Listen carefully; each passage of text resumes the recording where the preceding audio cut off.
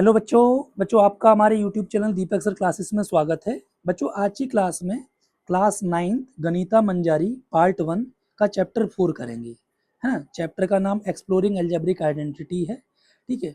तो ये chapter start करने से पहले आपको बेसिक्स चीज़ें पता होनी चाहिए।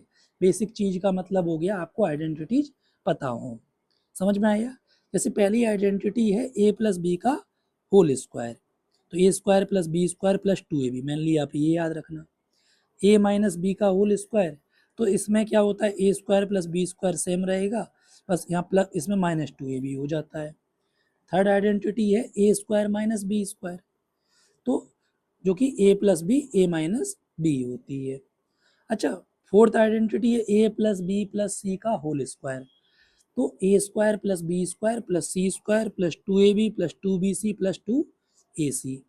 अगर इतनी 2ab 2bc 2ac वाली चीज को मैं चाहूँ तो ऐसे भी लिख सकता हूँ, समझ रहे, 2 कॉमन लेके। बात समझ में आ रही है? ठीक है। अच्छा देखो, ये फोर्थ फिफ्थ सिक्स सेवन तीनों मिलती जुलती हैं, तो इनको याद नहीं करना है, इसी से बनी है। अब नॉर्मल सी बात है, आप ये आइडेंटिटी याद रखोगे तो वो ऑटोमेटिक कर सकते हो। कैसे? यहाँ पे c की वैल्यू -c है और -c का स्क्वायर c स्क्वायर होता है, तो सी स्क्वायर हो गया। समझ में आ रहा है? जनरल फॉर्मूला प्लस 2ab होता है, तो 2ab plus 2bc, 2b c की वैल्यू क्या है -c, तो -2bc आ गया।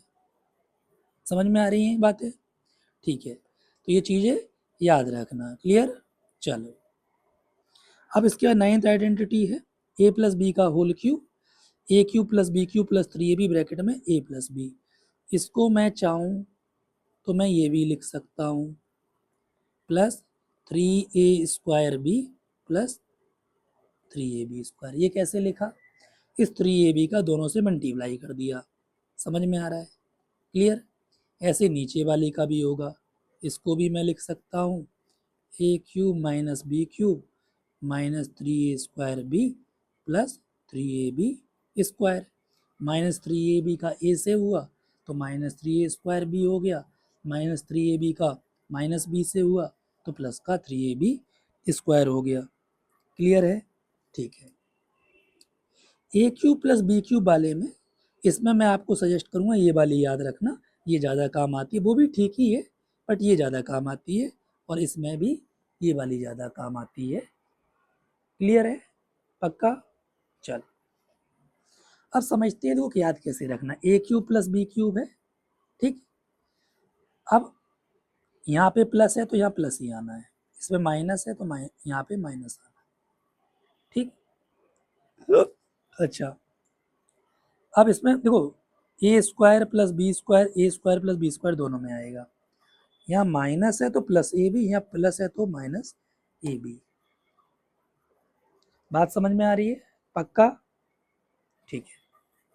अच्छा समझो, ये वाली आइडेंटिटी कहाँ से आई है? आप ये सोच रहे होगे ये वाली कहाँ से आई है। देखो, ये आपके इसी फॉर्मूले से आई है, ए प्लस बी के होल क्यूब वाले फॉर्मूले से। इन्होंने, एक मिनट रुकना, इसमें कुछ इंडिकेट करने का नहीं है क्या? देखते हैं। जैसे समझो, चलो मैं ऐसे ही समझाता हूँ। इन्होंने क्या करा है, ए प्लस बी का जो होल क्यूब है, एक मिनट रुकना, इसको इधर ही रहने दिया। बात समझ रहे हो? और बाकी चीज़ को उधर भेज दिया, तो ये प्लस की चीज़ है ना, उधर जाके माइनस की हो जाएगी, तो ये सेम ही चीज़ बनी है। बात समझ में आ रही है? ठीक है। क्लियर? अब लास्ट आइडेंटिटी है A cube plus B cube plus C cube minus 3abc की, इसकी आइडेंटिटी ये होती है। क्लियर है? समझ में आ रहा है? चलो, एक मिनट रुकना। ये अगर यहाँ छोड़ोगे तो यहाँ खुलेगा, यहाँ छोड़ोगे तो यहाँ खुलेगा। एक मिनट देख लो चीज़ें कैसे होती है, और यहाँ छोड़ोगे तो यहाँ खुलेगा। समझ गया? ठीक है। अब समझना, ये आइडेंटिटी याद रखना, ये वाली पूरी आइडेंटिटी, ठीक है।